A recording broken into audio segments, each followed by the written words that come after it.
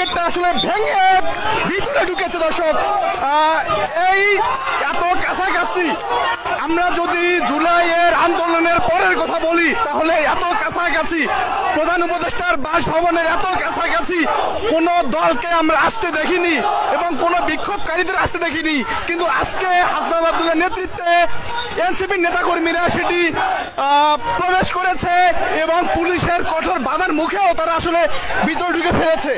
দর্শক, আমরা দেখতে পাচ্ছি এই যে এইটি মূলত আমরা যে দিক দিয়ে হাঁটছি তার বামেই মূলত প্রধান উপদেষ্টার বাসভবন এবং আমরা এনসিপির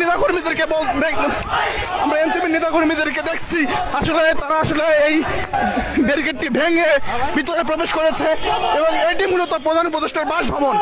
একটু জানিয়ে রাখি, আন্দোলনের এত পরেও এতদিনেও প্রধান উপদেষ্টার বাসভবনের এত কাছাকাছি কোন বিক্ষোভ করতে দেখা যায়।